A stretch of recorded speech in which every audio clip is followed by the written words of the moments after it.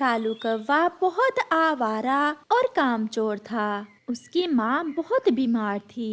وہ اپنے بیٹے کالو کوے سے کہتی ہے، کالو بیٹا، آج میری صحت ٹھیک نہیں ہے، مجھے بہت تیز بخار ہے، جاؤ یہ پیسے لو اور مجھے بلبل سے دوا لا دو۔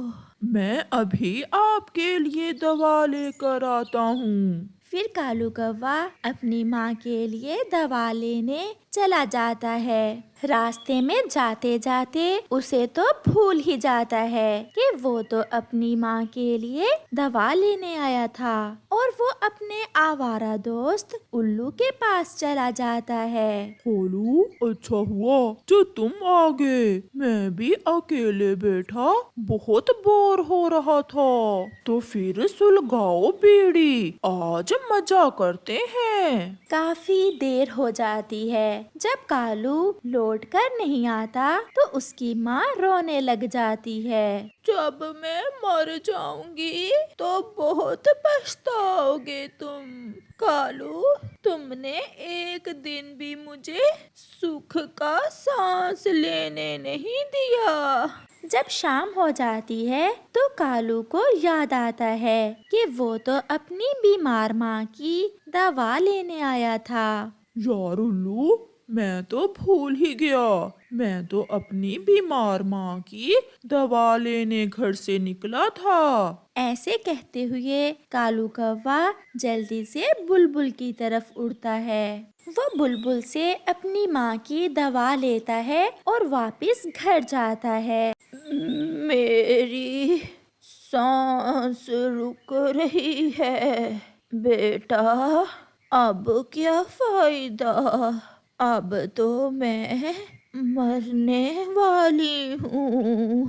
میں بھول گیا تھا ماں، میں راستے میں اپنے دوستوں کے پاس بیٹھ گیا تھا۔ ماں، میں اپنے کیے پر شرمندہ ہوں اور میں بہت پچھتا رہا ہوں۔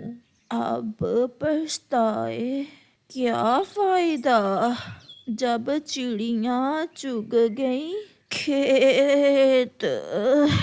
ایسا کہتے ہوئے کالو کی ماں مر جاتی ہے اور کالو سوچوں میں گم ہو جاتا ہے۔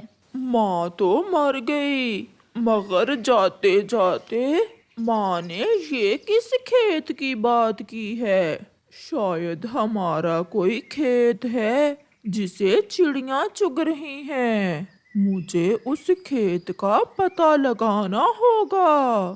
ایسا سوچ کر کالو اپنے دوست الو کے پاس جاتا ہے۔ یار الو، ماں مر گئی ہے اور ماں نے مرتے سمے مجھے بتایا ہے کہ ہمارا کوئی کھیت ہے جسے چڑیاں چگ رہی ہیں۔ یار، کسی طرح ہمیں اس کھیت کا پتہ چل جائے تو زندگی ہی بن جائے، بیٹھ کر اس کھیت کو کھائیں گے۔ چڑیاں چگ گئیں کھیت، ایسا کہا ہے تمہاری ماں نے مرتے سمے؟ ہاں ہاں، اگر میں تمہارے ساتھ مل کر اس کھیت کی کھوج لگاؤں تو تم مجھے اس کھیت میں سے کیا دو گے؟ تم اس کھیت میں میرے برابر کے حصے دار ہوگے۔ کسی طرح ہمیں اس کھیت کو ڈھونڈنا ہوگا، اس سے پہلے کہ چڑیاں وہ کھیت سارا ہی چگ جائیں۔ تو پھر چلو میرے ساتھ۔ پھر الو اسے اپنی پرانی دوست ماہی چیل کے پاس لے جاتا ہے۔ چڑیاں چگ گئیں کھیت، تو اس کھیت کی کھوج لگانا ہے۔ اگر وہ کھیت مل جائے تو چیل دی ہم چڑیاؤں کو بھگا دیں گے اور اس کھیت کے سارے دانے ہمیں مل جائیں گے۔ میں اس کھیت کو ڈھونڈنے میں آپ کی مدد ضرور کروں گی، پہلے مجھے یہ بتاؤ کہ مجھے کیا حصہ ملے گا؟ برابر، آپ کو ہمارے برابر کا حصہ ملے گا۔ آپ کسی طرح کالو کی ماں کے اس کھیت کی کھوج کریں۔ تو پھر چلو میرے ساتھ۔ پھر وہ تینوں وہاں سے اڑتے ہیں۔ چیل ان دونوں کو کبوتر کے پاس لے جاتی ہے۔ کبوتر، سنا ہے تم بہت سیانے ہو اور تمہاری اڑان پورے جنگل میں سب سے اونچی ہے۔ میری ماں نے کہا ہے کہ چڑیاں چگ گئیں کھیت۔ اگر وہ کھیت مجھے مل جائے تو میں وہاں سے چڑیوں کو بھگا کر اس کھیت کی ساری فصل سمیٹنا چاہتا ہوں۔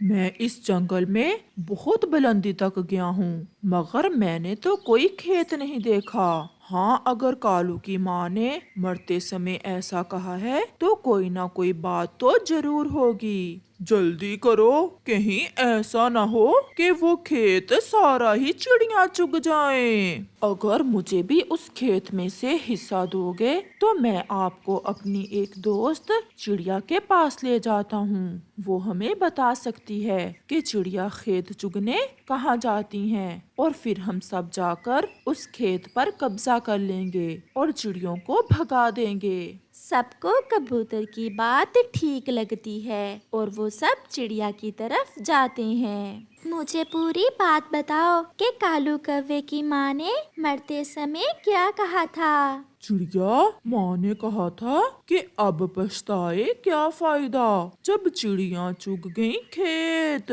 تم چاروں ایک نمبر کے پاگل ہو۔ کالو کی ماں نے مرتے سمے کالو سے کہا ہے کہ اپنے کھیت کو چڑیوں کے چگ جانے سے پہلے پہلے سمیٹ لو۔ اس کا مطلب یہ ہوا کہ سمے گزر جانے کے بعد پچھتانے کا کوئی فائدہ نہیں ہے۔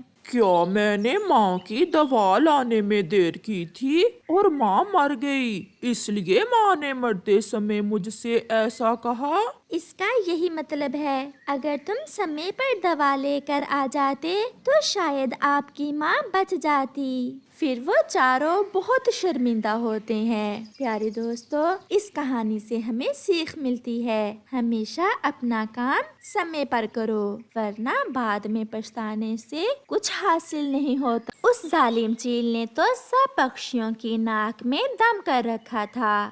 سب پکشی اس سے ڈرے ہوئے تھے۔ چھوٹی بلبل اپنے گھونسلے میں بیٹھی ہوئی تھی جب پیچھے سے آ کر وہ چیل حملہ کرتی ہے اور بلبل کا انڈا اٹھا لیتی ہے۔ میرا انڈا، یہ میرا انڈا ہے، مجھے میرا انڈا واپس کرو ظالم۔